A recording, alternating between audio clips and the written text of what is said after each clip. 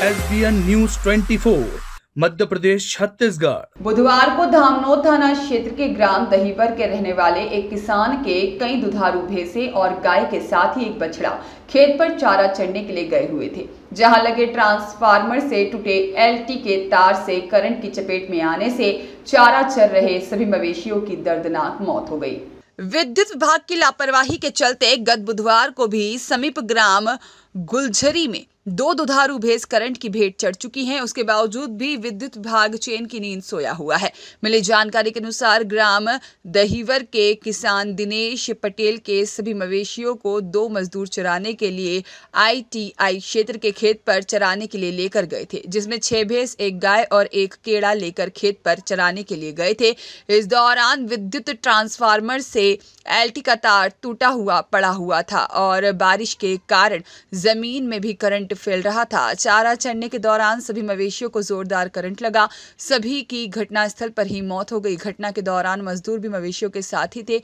किसान दिनेश पटेल ने बताया कि विद्युत विभाग को ट्रांसफार्मर से झूलते हुए तारों को ठीक करने के लिए कई दिनों पूर्व ही सूचना दे दी गई थी। उसके बावजूद LT का तार कैसे टूटा यह तो भगवान ही जाने। वहीं उन्होंने विद्युत विभाग की घोर लापरवाही का नतीजा इसे बताया है, जिसके चलते आज उनकी दुधारू मवेशी करंट की चपेट में आ गए और उनकी मौत हो गई और करीब 7 लाख रुपए का नुकसान होना बताया जा रहा है। उनके पशुधन के नुकसान का आखिर जिम्मेदार कौन है, यह एक बड़ा सवाल है।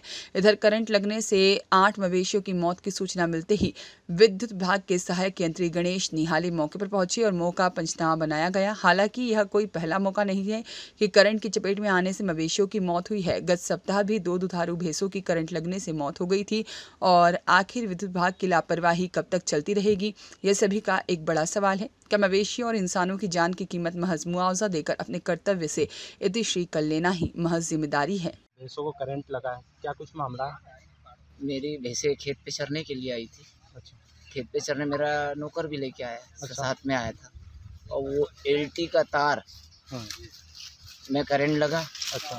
और मेरे 7 भैंस और 1 गाय करंट की चपेट में, जिसमें 3 दुधारू है। अच्छा। और 4 भैंस जनने वाली थी। अनुमानित इनकी कीमत क्या लगाई है? कम से कम 7 लाख। 7 लाख की। और मेरे दोनों नौकर बहुत मुश्किल से बचे। अच्छा।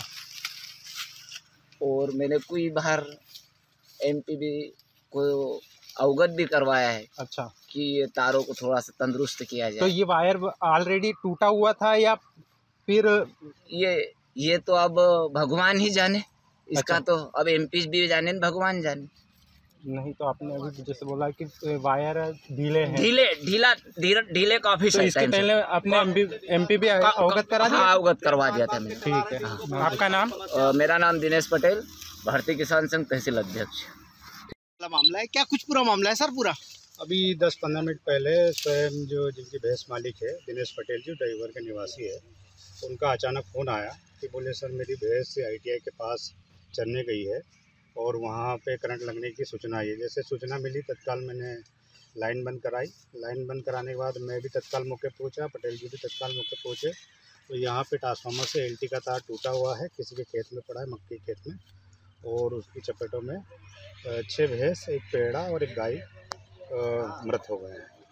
अब जो भी होगा वो पोस्टमार्टम के बाद ही क्लियर हो जाएगा। सर आपका शुभ नाम होता है? गणेश नाहाले, यही नाम।